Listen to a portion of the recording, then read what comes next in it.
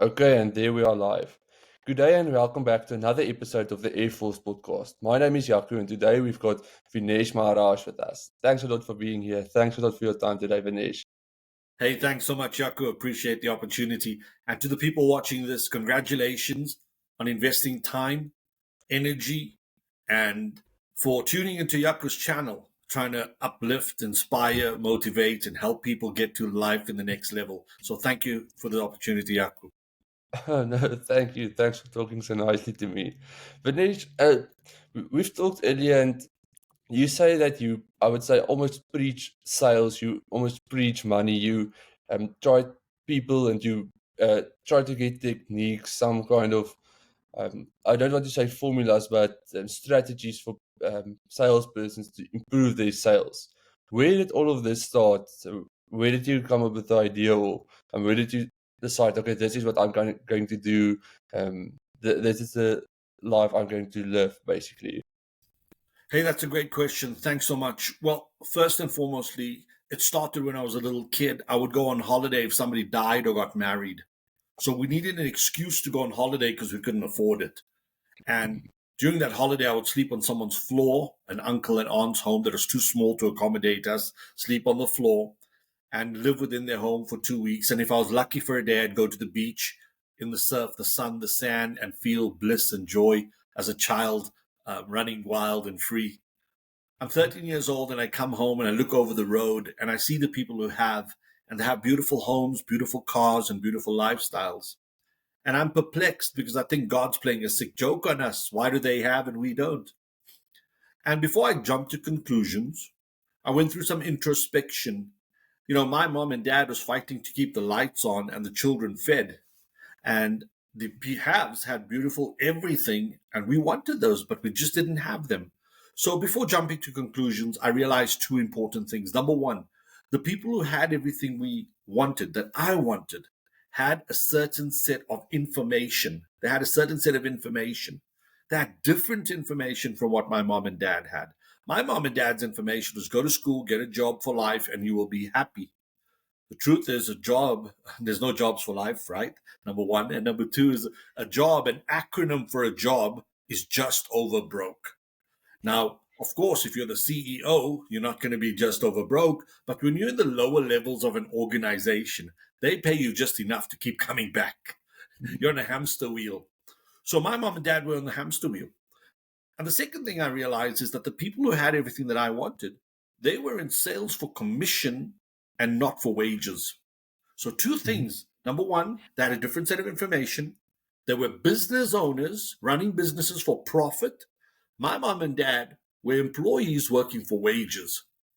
And when that epiphany hit me, I realized the salary thing is not going to cut it for a guy like me. Now, hey, don't get me wrong. We all need a job.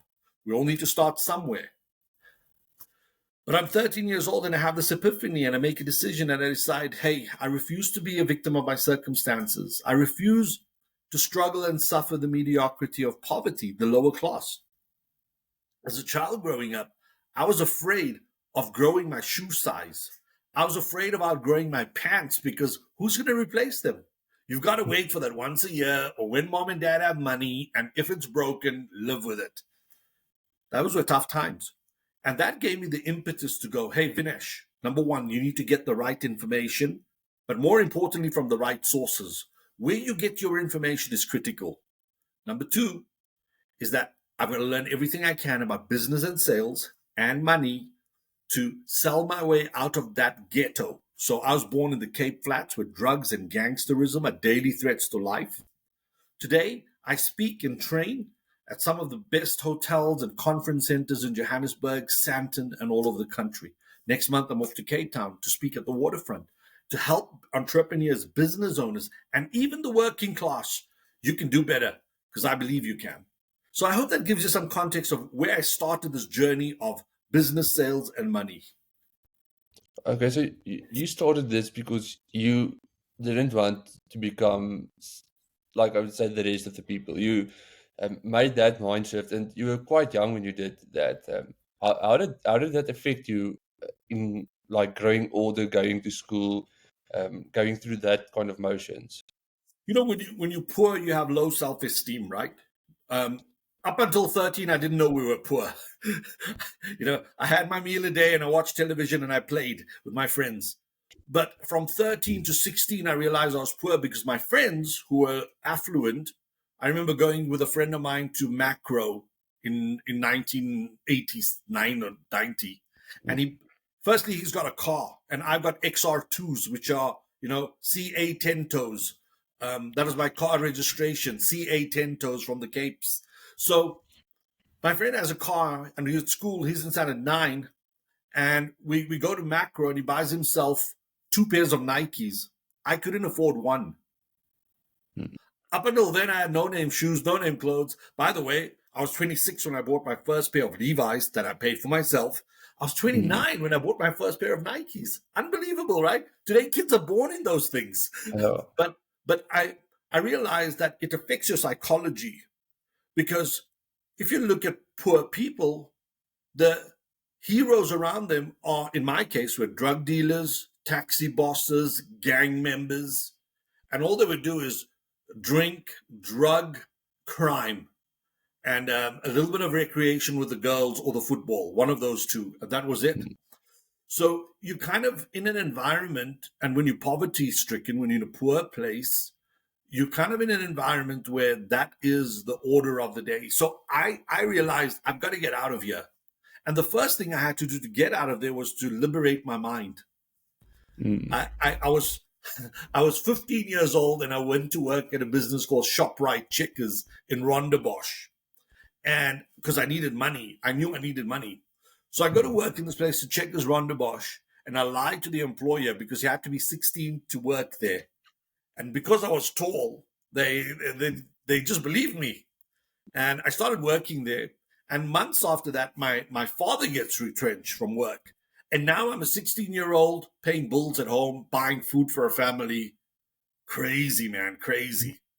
So while I'm at ShopRite Checkers, next door is a bookstore called PNA. You may still see it around these days. It used to be big in the day, but it's not anymore. PNA, during my lunch break, I used to go pop into PNA and I used to go to the self-help section. For some reason, I was drawn to it. It's a self-help section, and I would read those books. When I was 19, I finally had the money, like 300 Rand in 1990 is a lot of money. I bought a book by a guy called Tony Robbins, Awaken the Giant Within. And that began a journey. Prior to that, the only thing I read was the cereal box, the old newspaper, the back of the Jungle Oats box, because I wanted to learn words. I wanted to learn how to communicate. I wanted to be better than people around me. I wanted to do better in life. So here I was, a kid, and I want to tell you this story, Yako. I was 13 or 14, 15 years old, just before 16. And an uncle of mine was leaving town and he gave us a box of books to keep for him. And through my curiosity, I found a book that had 50 of the world's greatest people: Mother Teresa, Martin Luther King, Thomas Edison, the Wright brothers. So I'm reading this and I'm going, my God, and I'm stuck here in a hellhole.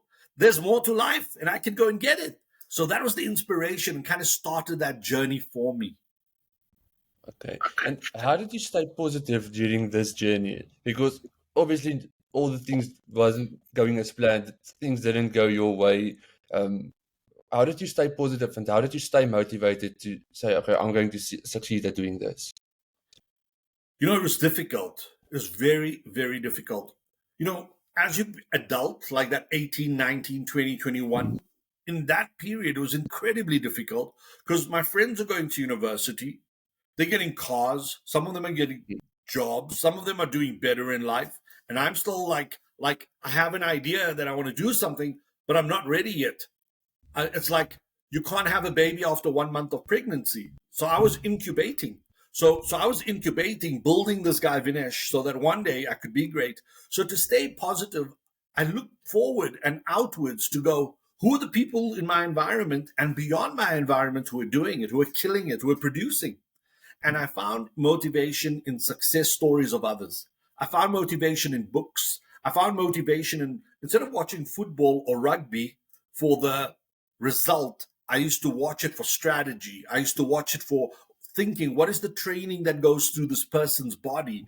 What is the mindset that it takes to dominate a rugby ball? What does it take to win at business? So I used to read biographies. I used to watch biographies. I did everything I could to keep the motivation. But inside, I knew two things. Number one is that I've got to transition and I've got to change and become and transform who I am. But I also knew that the reality was I'm a kid from nowhere. I had no name. I had no lineage. I had no money. All I had was ambition. And all I had was me, this guy. So it was incredibly difficult, but it's possible. People have survived worse. My story is nothing, it's nothing. People have survived worse. You think about Oprah. Oprah was raped by a relative. Oprah then later fell pregnant with a boyfriend, and then she had a miscarriage. Oprah was so poor, she used to wear potato sacks clothing. You know the potato sack? Her grandmother used to sew her clothing. She came from a broken home. She lived with the grandmother. So I mean, you get raped, and you become pregnant. You have a failed miscarriage.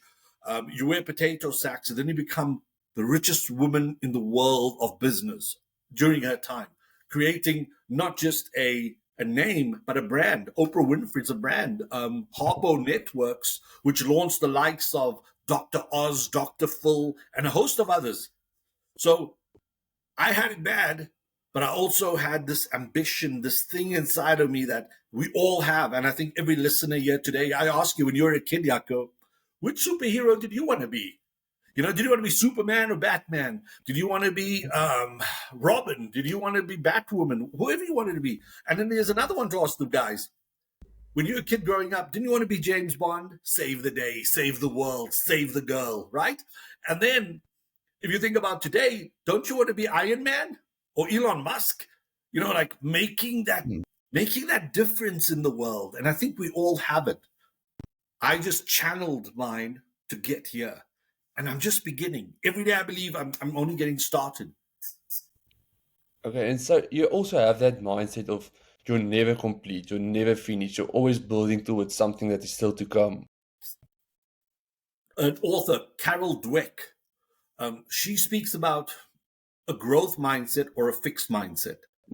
Now, people with a fixed mindset are people who are, I cannot improve, my circumstances are fixed, I cannot learn a new skill, I cannot increase my income, my life is my life. They surrender, they give up, and they say, que sera, sera, what must be, will be.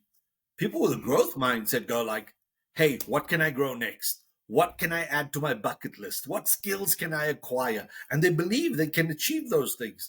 And half the journey is belief. If you believe you can, it was Henry Ford who said, whether you think you can or think you can't, you are right. So a growth mindset, and thank God for Henry Ford, because Henry Ford was quoted as saying, if I went to the farmers and asked them, what vehicle would you want? What would you want? And the farmer would say to him, we want faster horses. So he said, I didn't take their counsel. I didn't ask them. I just decided I'm going to create a car. And when the car drove down the road for the first time, people thought it was the devil's work. This is an alien that landed on planet Earth. But how did he revolutionize the way we travel? Okay. And can I quickly, well, not say quickly, but can I go into the sales part, where you advocate the sales? And what kind of challenges do you think people and companies face when it comes to improving their sales and closing deals? I think it starts with that mindset issue that I quoted. Number one, are you committed to growing yourself? And most people are not. I work in industries, motor vehicles, insurance, real estate, retail. I work in a whole lot of industries. And I would say 80% of people are like there for a job. They don't realize that they're constantly selling themselves. You and I are always auditioning. Right now, you're auditioning for your audience. Right now, I'm auditioning to you and your audience. And if you're single, you're auditioning for the girl or the guy. If you're unemployed, you're auditioning for the job. And when you get the job, you have to audition to earn the right to keep coming back every month so that you can collect that salary. So I think the first challenge is the mindset that times are tough, the economy is bad, nobody's got money. If those were true, we'd all be in trouble. The truth is, we all filled our tanks last night. Last night, we all ate warm, cooked food. Our fridges are bursting with food coming out of it. We all have Netflix, electricity. Complain about ESCOM as much as you want. Complain about load shedding. Complain about the cost of electricity. But we still pay for it, man. And the lights are still on. So the mindset, I think, is the biggest obstacle. And then it's the willingness to do the work. I think everybody wants a job. Nobody wants to do the work. Well, you know, so if you can't do the work, if you can't go the first mile, how will you ever go the extra mile? And I think many people sadly have this despise for their job, despise for their company. Like, why should I work hard for the boss? You know that quote where the boss arrives in a new Ferrari and he gets out and the staff member standing there and says, "Boss, you got a nice car. I love it." And the boss says, "You know what, Yaku? If you continue to work hard this year, next year I will drive a new Ferrari."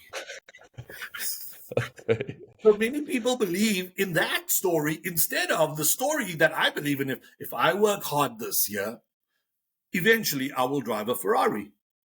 So what's the story you keep selling yourself? You either surround yourself with people who are positive, inspired, motivated, driven, committed, or you go, "I'm a victim. I have no control. This is my destiny. Life is tough. Times are bad." So number one is get your mindset right. Number two, be willing to grind, do the work. The people who do are the people who succeed. You look at, we just lost Raymond Ackerman. God bless his soul. What a great man.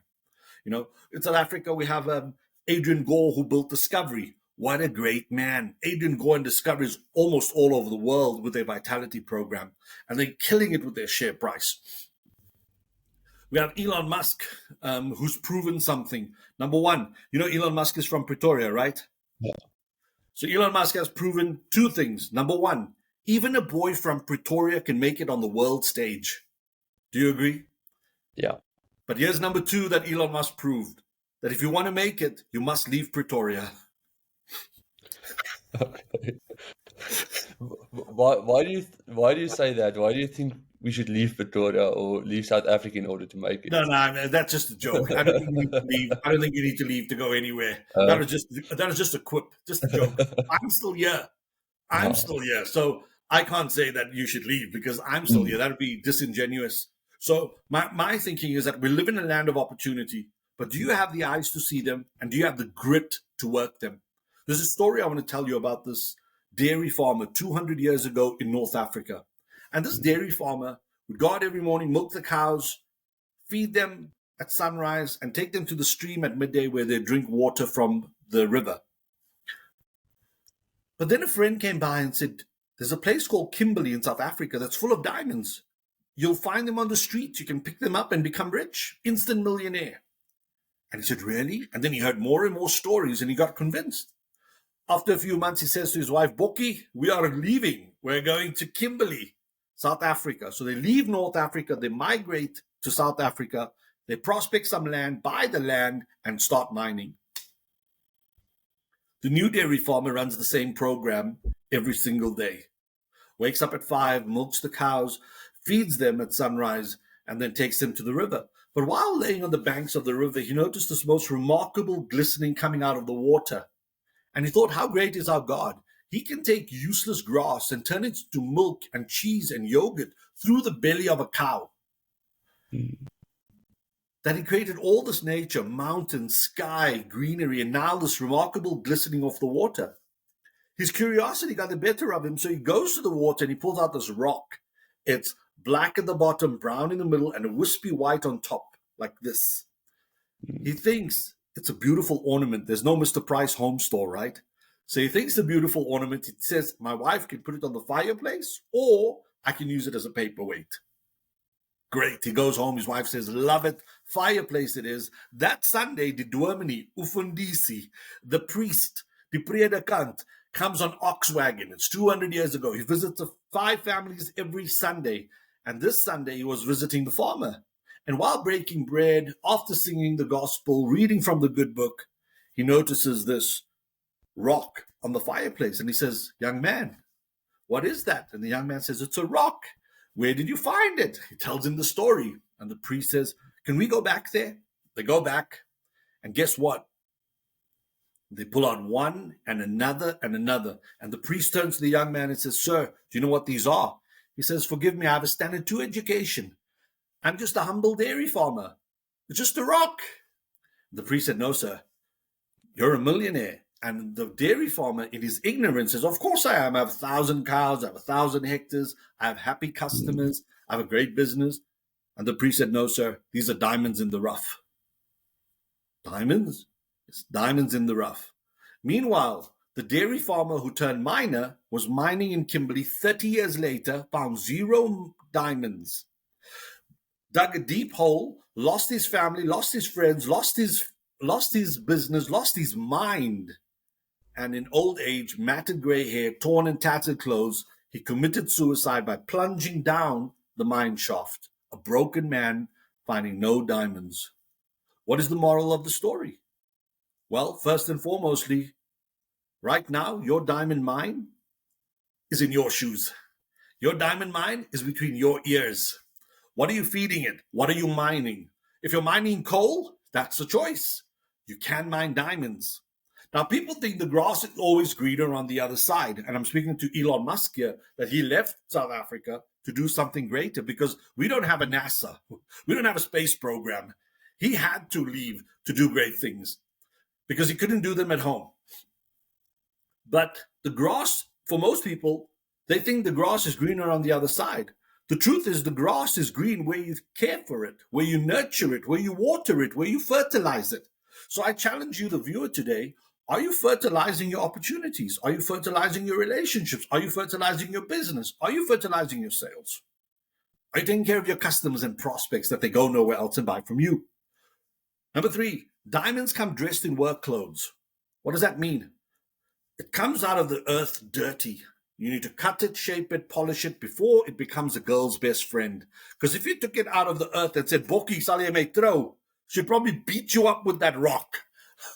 Because she can't see the diamond. So where I'm going with this is that you're sitting in a land of plenty, but are you committed? Do you have the vision? Do you have the work ethic? Are you willing to do whatever it takes to create prosperity for you and your family? And that is my mission. How do I help salespeople, business owners, entrepreneurs do better? How do I sell my products or services? Now, Jaco, I believe that some people are accountants, some are lawyers, some are dentists, and they say, I'm not in sales, Vinesh. I said, you absolutely are. You in a relationship? Yes. Congratulations. You sold him or her to date you or to marry you. You're a great salesperson. Did you ever have a job? Yes. You sold them on the idea that I could work for you and I could deliver on what you needed. I'm a salesperson. When you're a dentist, I've got to do such a great job, have such a great relationship with you, such trust, build trust and friendship that you will choose me to solve all your dental problems and not anyone else. We're all selling all the time. The government is selling, vote for me. The religions are selling, pick our God. The shops are selling, buy my shoes and handbags. Everybody's selling all the time. If you want to go for dinner tonight, just watch who's making the sale. Ask your boyfriend, girlfriend, husband, where do you want to eat tonight? And she may say Chinese. And then he may go, I actually feel like having pizza, Bokkie. Who's going to win the sale? You're always selling. If you want to get a bond, you're going to sell the bank on the idea that you're good to repay it back to them. So my deal is I want to help those people get their careers right so that they can monetize and prosper. And then when they get their money, get your money right. Number 1, how to increase income. Number 2, how to save and invest. Number 3, how do you multiply that money so that you create longevity, legacy, and financial freedom? Because let's be honest, we all have handcuffs, golden handcuffs created by the banks and created by debt. If you have a bond, congratulations, 20 years. It's almost a life sentence. 20 years. If you have a car, now that's 72 months, I believe, which is, I'm not sure, 6 years. So I want to help people, number 1, increase income. Number 2, start saving and investing. And number 3, multiply that to create a business that's indestructible. What's indestructible? Perhaps it's real estate. Perhaps it's diversifying and into companies like a guy like Warren Buffett. Warren Buffett buys into great companies. There's a wonderful story. The CEO who works for a job at Coca-Cola earned $5 million salary for the year. On his performance, he earned $50 million as a bonus. Warren Buffett, because of owning the shares, made 500 million US dollars off the Coca-Cola share price on dividends. Do you want to be the CEO in the job, or do you want to be the investor? So I'm not telling you what to do. I'm just saying that there's another way to think about it and another way to approach it. Sorry for the long-winded answer. Mm-mm. No, definitely. It's definitely a thorough answer. And what I've picked up is you don't only go into the business aspect. So you want to teach people how to improve all the aspects in their lives. As you mentioned, you are selling or a salesperson in every aspect of your life. And um, it's this constant question and demand, this kind of thing in every aspect of your life. Is that correct? Absolutely, absolutely. It's my calling. It's my purpose. It's my vision in life to help uplift mankind. And sometimes it's through sales training. Sometimes it's through personal development. I also run several personal development programs. One of them is called Win 2023, and that's in the 7 areas of life. You're not made up of just this body. You also have these goals in different areas of your life. You may be a sports person. You may be a family man. You may have financial goals. You have income. So if we go through the 7 areas of life, which include family, God, community, finance, mental, society, etc., and relationships, if you go through those 7 areas of life, the more fulfilled you are, the better you're going to do at life. So just imagine that my life is a complete shambles in all areas of life. How am I going to come to work and be great? I use the scenario with corporate. Yeah, you pay me 30 grand to come and work here, and when I show up in the morning, you expect me to kill it, right? But what about this? Did you know your employee may have financial problems because they were not taught money management? Your employee may have relationship challenges because they don't know how to deal with relationships. Your employee has health problems that they're not going to tell you about, right? Because it's so personal. Your employee may have um, stress, anxiety, mental health issues. They're not going to tell you these things. They may have failed relationships. I talk about the 5 Ds. We all have either lost somebody to death, divorce, disease, disaster. So what happens is that life happens to all of us. Nobody gets through unscathed. You're going to lose your parents. You're going to die. God forbid you die before your husband, wife, or children die. But you're going to go through life. You may lose a business. You may be cheated. You may be robbed. You may be held up. You may be hijacked. So life happens. What we need to do as a society is that we need to build ourselves emotionally, mentally, so that we are fit to face life. Most people are unfit and can't face life. And that is why South Africa, sadly, I believe, has one of the highest male suicide rates in the world. And we are a small population of about 60 million people. But men in South Africa kill themselves because they believe that they are not enough. They cannot produce enough, they cannot provide enough, they don't feel worthy or competent. We all have friends who may have killed themselves. I certainly know a few. I know people who decided to eat a bullet. I know a friend who hung himself because the drugs and the threats of life were just unbearable for him. So life happens to everybody. But if you have no ambition, no goals, no drive, what's there to live for? You Okay, know, yeah, I say definitely. I say in Africa, both the gazelle and the lion wake up every morning knowing that it's got to run to live. The question is, are you the gazelle or are you the lion? And that's what I'm trying to do, is trying to help people inspire, motivate, that we all have a purpose and a passion that's greater than us. If you have something big enough, like my goal, big, hairy, and audacious, how do I become um, a South African who helps a million South Africans, directly or indirectly? Watch my videos for free, get trained for free, no problem. A million South Africans. Or come to my events and spend a day, 2 or 3 with me. one of our events to help people break through, because we all have psychological challenges based on trauma. You know, you may have been abused as a child, you may have lost a parent as a child, you may have been bullied at school. Everybody has a story. So, how do you expect that person to be great at life? They need to overcome their past and build a compelling future. If you don't have a compelling vision for your life, you're in trouble. So, what I do at these personal development programs is help people establish their vision, their goals, and then help them to develop the strategies to take action and to stay inspired and motivated.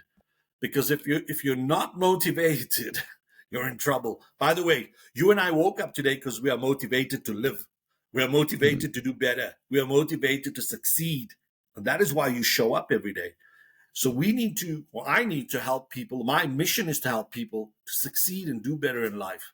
I had no role models growing up, Yaku. There was nobody there. I didn't have a rich dad. I didn't have a rich uncle. I didn't have a mentor. I didn't have a coach. There's nobody said, Vinesh, my boy, I'm here for you. I'm going to take you to the promised land. Nobody gave me that. So I had to pull this guy out of the ghettos and say, I'm going to take me to the promised land. But I know the kids around are looking, the youngsters around are looking like, hey, who's got my back? Who's going to help me get there? So I didn't have that uncle or dad. I want to be that uncle or dad to 1 million plus people so that I can give them hope and inspiration and strategy to live a great life. Listen, you will never, your levels of success will never exceed your levels of personal development. Now, some personal development, Yaku, happens over the dinner table. You're a kid and you're listening to mom and dad, you're having your dinner, and your mom and dad's talking about business, and they're talking about psychology, and they're talking about human behavior, and they're talking about spirituality, and they're talking about money. Guess what the kid is doing? He's lapping it all up. But if mom and dad had a negative programming, because we're all running on programs, if mom and dad had negative programming, guess what they give the kid? Life is tough, economy's bad, it's easier for a rich man to go it's easier for a rich man to go to heaven than it is for a camel to go through an eye of a needle. Whatever that is, there's a whole accurate story around that. So if you're programmed negatively, guess what you're going to perform and produce? Negatively. But if you are around greatness, if you're being coached, trained, developed, and you're being inspired, and people are saying to you, Yako, I believe in you, you can do this, you're a great son, I appreciate you, keep winning, my boy, I'm so proud of you. Whereas most kids are born into the world and the parents say, you're not good enough. Why can't you be like Yaku? He's in the rugby team. Why can't you be like your sister? She keeps her room clean. Why can't you be like your friend down the road? He cleans his room every day. The kid's self-esteem just collapses. And if you have no self-esteem, how are you going to be great in life? Your self-esteem or your personal development is the foundation for greatness. Low self-esteem, low self-worth, hey, you can't do much. Men who have low self-esteem tend to turn to violence. It's been proven psychologically. A gun gives me power. A gun to come to your car and say, get out or die.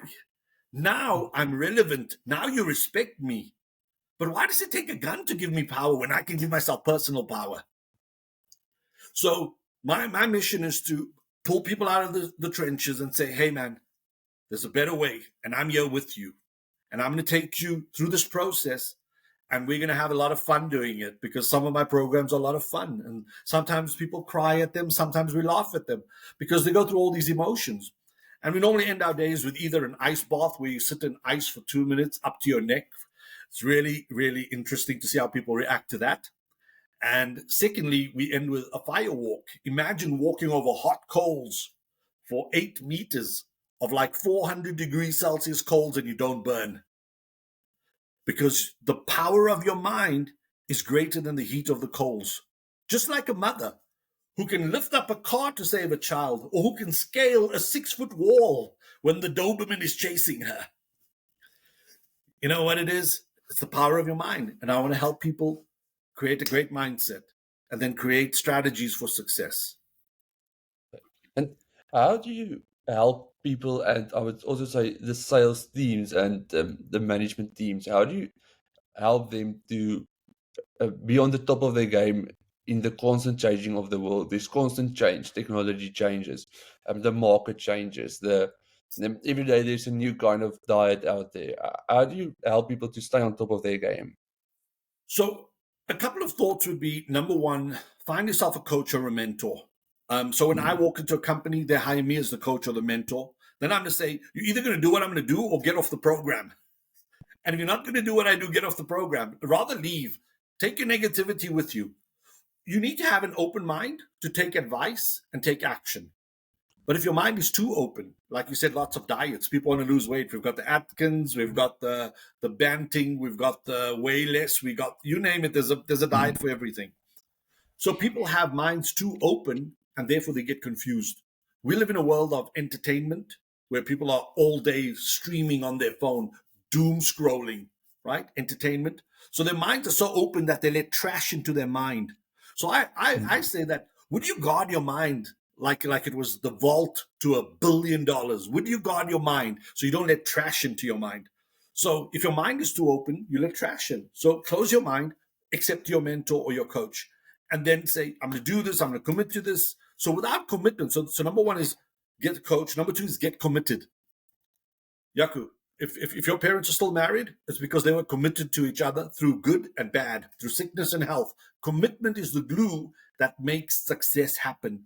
Do you know that Lao Tzu said the journey of 1,000 miles starts with the first step? What he didn't say is that the guy who climbed Everest, I forget his name right now, the first man who climbed Everest didn't just take the first step. He took every single step and the final step to become the first man on Mount Everest in snow while death prevailed around him. So you have to get committed to success, and you have to commit to yourself. You know, before you commit to the coach, you got to commit to yourself. If you're on my rugby team and you're not committed to winning, I don't need you here. If you're not committed to learning, I don't need you here. If you're not committed to taking instruction, I do not need you here. But when you commit to all those, and then you commit to the team, that you put your body, your mind on the line for victory for your team, and then you'll have an open mind to your coach, and you'll take instruction, and you'll play on the instruction. It's the same like managing a rugby team. So when I get into an organization, I ask for massive amounts of commitment, massive amounts of action. And as actions create results, you create early adopters who go, oh, it actually works. I tried that technique. I met with a client. I spoke to them. I sold them. They pitched them. They banked. And boom, the deal is done. And then when the early adopters go, oh, it works, now the late adopters gradually start joining to say, oh, it worked for him. Maybe it can work for me too. You see, human beings, especially men, us men, ik weet alles. There are nothing you can tell me, Vinesh. I've been in this business for 40 years. I'm like, yeah, I know, uncle, but the world has changed. We use digital technology all the time. Right now, for your business to get known, you can't just go sale, promotion. You have to become the face of your business, no matter what business you're in. I'll give you a couple of examples. Elon Musk, what company comes to mind? Tesla, SpaceX. I said, Bill Gates, what company comes to mind? And it's Microsoft, yeah. Yeah. Steve Jobs. Yeah, it's a person. Yeah, it's a person. I see what you say, yeah. So, but 30 years ago, nobody knew who was the CEO of Hewlett Packard. 30 years ago, nobody knew who was the CEO of IBM. 30 years ago, nobody cared who the CEO was of Toyota or Mercedes or BMW. But today, your brand, so you need an open mind to transition and transform your business and to step out of obscurity. Obscurity is where I don't know you. I can't buy you if I don't know you. But you have to go beyond the limits and comforts of what you used to do in the past to adopt new ideas, to take new actions, and to create new results. Your old activities will create old results, guaranteed.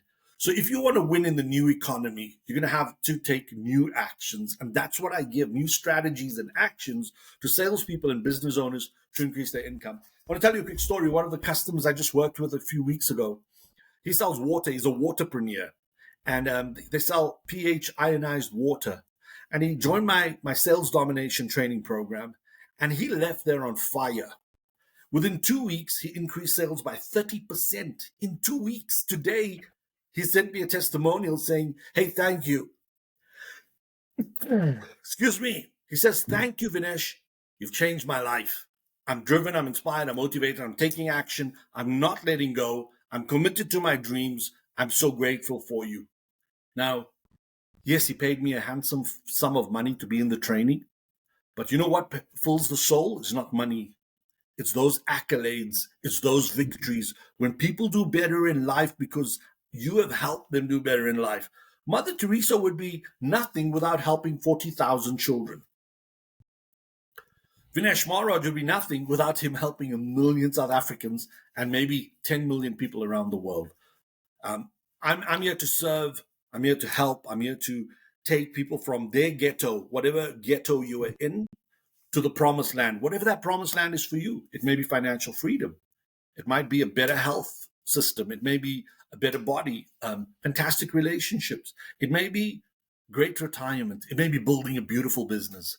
It might be increasing your revenue. So, however I can serve and help you achieve those goals, hit me up. That's why I'm here. This is all I do for a living. I have no plan B. I don't do Bitcoin on the side. I don't I don't sell NFTs. This is it. Mm, Nothing else. okay. And what advice would you give to people that's maybe starting their own business and they want to get out there, they want to reach people, they want to get a few extra customers, they want to go out there? What would you say is a strategy they should like pursue? Should they go out, maybe do like I would say like a field day, go out once a week, go talk to the people, tell them what kind of things they do? What is your Yeah. strategy with that? Hey, for most people who are not natural or untrained salespeople, I would say number one, go build a network. Go Mm, join a network around your community, a soccer karma, any network in your area. There are many of these. Join a networking event. What the networking event does is three things. Number one, it gets you out of your house. There are no customers in your house. There are no customers mm, in your office. You have to go to where the customers are. Number one, it gets you out. Number two is it gets you known, gets you seen and heard.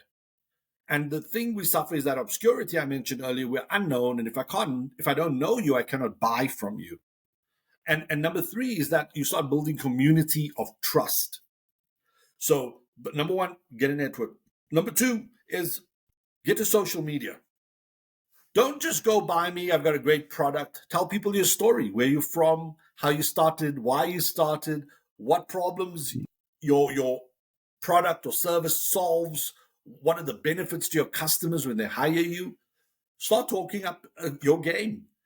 Number three would be commit to canvassing. Canvassing could be knocking on doors. Canvassing could be cold calling or warm calling. Introduce yourself and ask for opportunities. Hey, Meneer, I'd love to XYZ. Can I come and see you so I can tell you more? And I want to give you something for free today for those watching. We all have one of these things, right? A smartphone. And if you don't have a smartphone, you would have a dumb phone. And I don't think we have dumb phones anymore. So take your smartphone and be smart. Call the Franco. Franco's not an Italian guy. Franco's an acronym. Friends. Who are your friends who can help you sell, get known, get seen, get heard, get referrals? Franco. F, friends. R, relatives. Hey, family, you do want to see me succeed, don't you? Buy from me or hook me up. Acquaintances. People you knew from school, people you knew from university, people you knew from the gym, people you knew from church, acquaintances. A, FRAN, neighbors. Ken jou buurman of buurvrou for what jy doen? Do they know who you are and what you do? So go down your street. If you live in a complex, go knock on everybody's door and say, hey man, I've just started this business. It will be plani, but I just want to tell you three things quickly. And if you ever need my help, be so kind to support me. My name is, and I do X, Y, and Z. C, colleagues. So in your case, if you have a job, maybe your colleagues in the office. If you have a side hustle, your colleagues. Hey, brother, my friend. If you're not colleagues, customers. Call your top 5 customers and say, hey, man, I need 5 introductions from each one of you. And O is for others. Others could be maybe your ex-girlfriend, your ex-boyfriend, your ex-employer, your ex-company, other people. Get to Franco, ask for opportunity. So I hope that helps. And then after that, I would say the next thing I would do is you want to build social proof. Social proof means who have you helped? Who are the people talking about you word of mouth? So if you've helped somebody solve a problem, get a testimonial, get a video, get it written, share it. Tell everybody, hey, I'm not saying I'm great. Yaku says I'm great, and see what I did for him. So that gives you social proof that you know what you're doing. You're an expert. You can help people. So the main thing about starting a business or being in business is, number one, get a customer, make a customer. Get a customer, make a customer. Step number two, keep the customer. Don't be satisfied with the first sale. There's a second sale, the third sale, a fourth sale. There's referrals, introductions. I hope that answers your question in a short, roundabout kind of way. Yes, I definitely do. I definitely do. And when you go out to talk to people and you call them or you talk to your friends, how could you build that kind of relationship with them? Should you have some kind of mutual ground? Should you talk about something they do not know anything about? Or how do you find Well, that mutual ground in order to be relatable? that's a great question. In sales, we call that rapport. Rapport is not a French word. It's not a rapport, like the newspaper. It's spelled like that, but it's pronounced rapport. Rapport is where people have a meaningful connection of trust. So you and I Mm, could meet at the rugby grounds and we could have rapport as Bokke supporters, right? So now okay. it's like when you meet somebody overseas, you're in France, in Paris, and you hoor hy praat Afrikaans. Or he's speaking Zulu and you go, hey, Mfethu. You go, my broer, is ook van Pretoria. So you kind of have like that instant rapport. But to have more meaningful rapport, like when you call a friend and you go, hey, talk about what's important to them, not to you. Mm, If John likes rugby, hey, how was the Bokke this week? Did you love the game? Who was your man of the match? So what you do is you open the doors of communication by asking a question. They then answer you. Now, when they answer, you're going to say, Yaku, I would never do this to you without explaining. I've just started a business and it's my goal to create new customers. Because you're connected in this community and you know so many business owners, would you be so kind to introduce me to 5 of them? Of course, I would not cold call them without your permission. So mm, once they've agreed that I can contact them, please tell them to expect my call. Now, Yaku, if I'm your friend, you do want to see me succeed, don't you? mm. Would you be so kind to help me? You know the Okay. power of Yeah. help? If you ask somebody to help you, how often can you say no?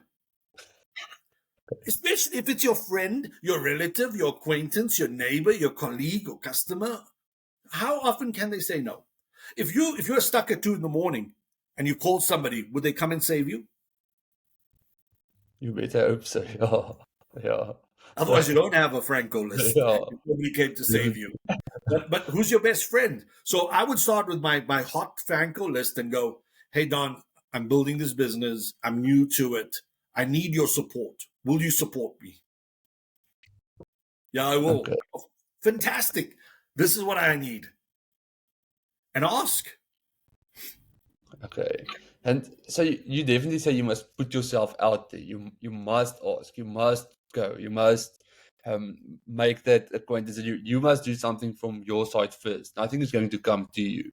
Yeah, yeah. The farmer doesn't wait for the pumpkins to grow. He Okay. initiates the pumpkin growth. You know what he does? He finds Mm, the land, he cleans the land, he fertilizes it, he waters it, then he puts some pesticide, and then he fertilizes it again, and then he drops a seed. Boom! And then he waters it, and then he watches, and then he waits. And then eventually he goes and he gets what he's asked for. He's asked for pumpkins. If you're sowing strawberries, you can't ask for pumpkins. So if you don't ask, you don't get. And that is why I say people are broken. I know so many entrepreneurs and business people and salespeople who don't initiate. Sales is a contact sport. You cannot become a world champion of sales without making contact. You can't become a great business owner without having customer contact. And I assure you, there's no customers in your house. There are no customers in your office. The customers are in the marketplace. 200 years ago, salespeople used to go on ox wagon from town to town or door to door selling. Where I came from in the Cape, the guy would come with either fish or they'd come with vegetables. And they would walk through the street and you'd hear him blow his horn. The horn was fish. First, snook, snook, snook. That is Cape Town fish. And in if it was vegetables, the guy in his Cape colored accent would say, "Aartappel, ewe, tamatie." He'd be shouting that. He'd be calling attention on his business. Mm. So how do you call attention on your business?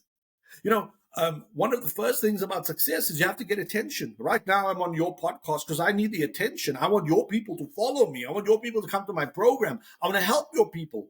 And you want your people to do better in life. So you want their attention on your podcast and not anybody else's. Mm. We all need to get attention. And the way to get attention is to go into the marketplace and ask for it. I tell a story. A mother has twins. Which one gets the most milk? The one who screams his head off and asks for mom's attention. He's going to get the milk first. The one who's laying there, ek is versadig, die lewe is lekker. Yeah, good for you. But the one who's hungry, he's going to get the milk. So get attention for yourself, get attention for your business. Get out of the comfort zone of hiding behind email, hiding behind WhatsApp, hiding behind social media. You have to go confront the customer. Okay. And now you said you must stop hiding behind the social media, stop hiding behind emails. So do you think that personal relationship is actually what gets the process going, that human interaction? Do you think that is still the thing even in today's day? Absolutely. See, people buy from people. We don't buy online. I mean, yes, you go to Take a Lot, and maybe you get check a 60/60 or Pick and Pay delivery. But when you want to buy a car or a house, who takes you to buy a car or a house? A car salesman takes you on a ride. A real estate person takes you on a tour of a home. So people buy from people they know, like, and trust. Our job, number one, get known. Number two, stay known. Number three, be likable. And number four, be trustworthy. What you say is what you do, and what you do is what you say. So you can never take away the people factor in sales. You could minimize it. A great landing page, a great offer, a great copy could land you in a product. But how many products did you buy last month online?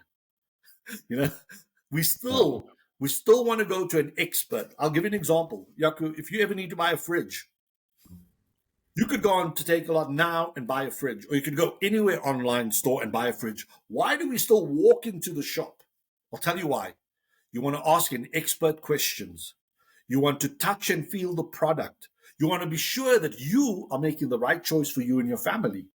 And the salesperson's job is to help you make that decision. So we always are going to need salespeople who are known, likable, and trustworthy to help us make those great decisions. So I'd encourage you, as a salesperson, get out there, get known, be seen, be heard, and help solve people's problems. When you help them solve their problems, more and more people will know about you. More and more people will come to you to help solve their problems. Okay. Okay, Vinesh, where can people find you? Where can they reach out to you? How can they get in contact with you? Um, how can they reach you? You've mentioned all of the programs that you're doing. Please tell me. Yeah, thanks. Great question again. Firstly, my friends, I hope you're inspired and motivated by today. And I hope that you want to do better in life. And if you want to do better in life, please connect with me. Firstly, you'll find me on TikTok, Instagram, Facebook, YouTube. You'll find me on LinkedIn. Search Vinesh Maharaj as it is spelt. And then secondly, my website is titled kickaverage.com. It's based on my book title. And then thirdly, look out for Sales Domination, my sales website. It's a new program it's a new website for an old program that we are launching. So go and connect with me there. And those of you who want to reach out to me, you're welcome to DM me on Instagram. Send me a DM if you want to attend one of my programs, if you want me to come to your conference and speak. Perhaps you need some personal development. Maybe you need some coaching. Maybe you want to get out of the doldrums, whatever's holding you back. You can break through it. And let me help you. Let me help you do better at life, help you increase your income, get your mindset right, and then get you taking actions at levels you never thought possible. Most people think too small and act too little because everybody says, be seen and be heard. Don't trouble the neighbors. Don't be a nuisance. Be quiet, kids. Now, your parents said to you, don't talk to strangers. And I ask you, how's that working out on your cold calls? Because every cold call you make is a stranger. So whatever the situation is, whatever you need, hit me up, send me a DM on Instagram, and let's work at having a great conference, training your sales team, training yourself. Hit me up and connect there. Thanks so much, Jaco. Okay, thanks. Okay, then I'm going to stop it. Okay. Is it stop? Yeah.